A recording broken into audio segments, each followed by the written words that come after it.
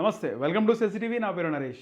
Assembly సమావేశాలు ఫిబ్రవరి 4న ఉదయం 11 గంటలకు అసెంబ్లీ సమావేశాలు అని చెప్పేసి అందరు ఎమ్మెల్యేలు కూడా అసెంబ్లీకి రావడం జరిగింది.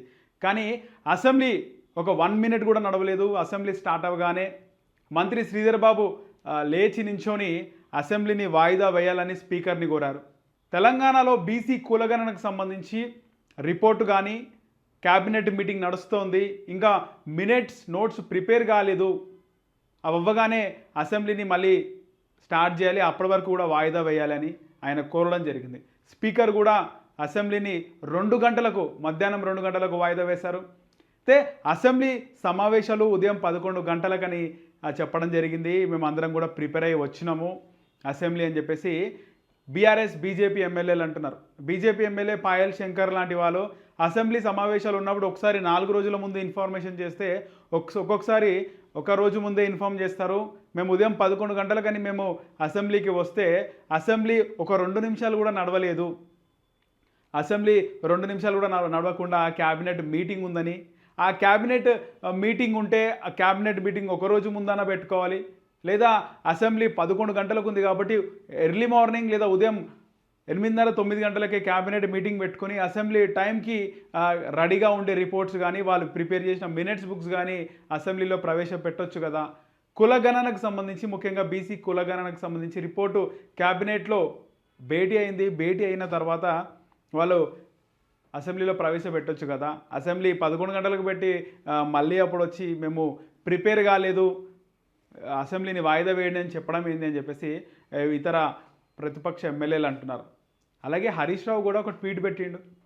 అసెంబ్లీ సమావేశాలను పెట్టి అసెంబ్లీ సమావేశాలు ప్రారంభం అయ్యాక ఇంకా ముఖ్యమంత్రి ఇతర మంత్రులందరూ క్యాబినెట్ మీటింగ్లో ఉన్నారు, టైం పడుతుంది, 2 గంటలకి అసెంబ్లీని వాయిదా వేయండి అని చెప్పడం ఏంది. వీళ్ళు ప్రతిపక్షంలో ఉన్నప్పుడు కూడా ప్రిపేర్ అయ్యి రాలేదు, ఇప్పుడు పవర్లో అధికారంలో ఉన్నాక కూడా ప్రిపేర్ అయ్యి రాలేదు అని చెప్పేసి హరీష్ రావు ట్వీట్ పెట్టిండు.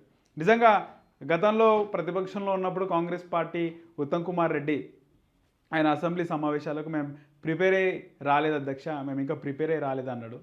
కేసీఆర్ కూడా బయట బాగా ఒక సభలో మాట్లాడాడు, అసెంబ్లీకి ప్రిపేర్ అయ్యి రాలేదంటే పీకనీకి వచ్చినారా అని చెప్పి బాగా ట్రోల్ అయింది. సేమ్ ఇప్పుడు వాళ్ళ తీరు కూడా, ప్రభుత్వ తీరు కూడా ఆ విధంగానే ఉంది, ఇంకా ప్రిపేర్ అయ్యి రాలేదు మేము అని. సో దీనికి సంబంధించి ముఖ్యంగా ఈ క్యాబినెట్ సమావేశంలో ఆల్రెడీ క్యాబినెట్ మీటింగ్ కూడా జరిగిపోయింది. క్యాబినెట్ మీటింగ్లో ముఖ్యంగా 2 ప్రధాన ఎజెండాలు ఉన్నాయి. ఒకటి బీసీ కులగణనకు సంబంధించి రిపోర్ట్ల పైన ఏమనుకుంటున్నారు, అలాగే ఎస్సీ వర్గీకరణ ఆల్రెడీ సుప్రీంకోర్టు చెప్పేసింది, రాష్ట్రమే డిసైడ్ చేయాలని చెప్పి రాష్ట్రాలకు వదిలేసింది.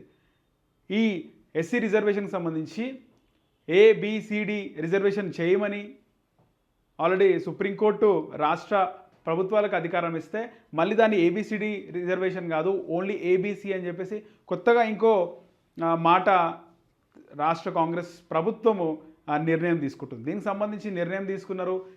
మనం అనుకున్నది అమలు చేస్తే ఏ విధంగా పాజిటివిటీ ఉంటుందా, నెగిటివిటీ ఉంటుందా, ప్రజల్లో ఏమనుకుంటారు, ప్రతిపక్షాలు ఏం మాట్లాడితే మనకు మైనస్ అవుతుందా ప్లస్ అవుతుందా అనేదే క్యాబినెట్ భేటీ.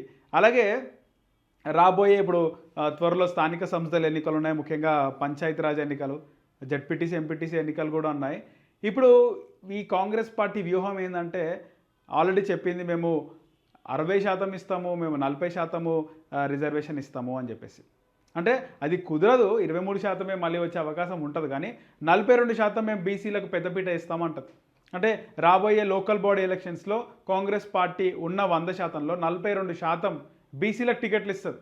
ఇవి ఆల్రెడీ అక్కడ జనరల్ స్థానాల్లో కూడా బీసీలకు టికెట్లు ఇస్తుంది. కానీ అక్కడ కాంగ్రెస్ పార్టీ బీసీలకు టికెట్లు ఇచ్చినా బీఆర్ఎస్ బీజేపీ లాంటి పార్టీలు మళ్ళీ ఓసీలకు టికెట్ ఇస్తే మళ్ళీ ఓడిపోయే అవకాశమే ఉంటుంది.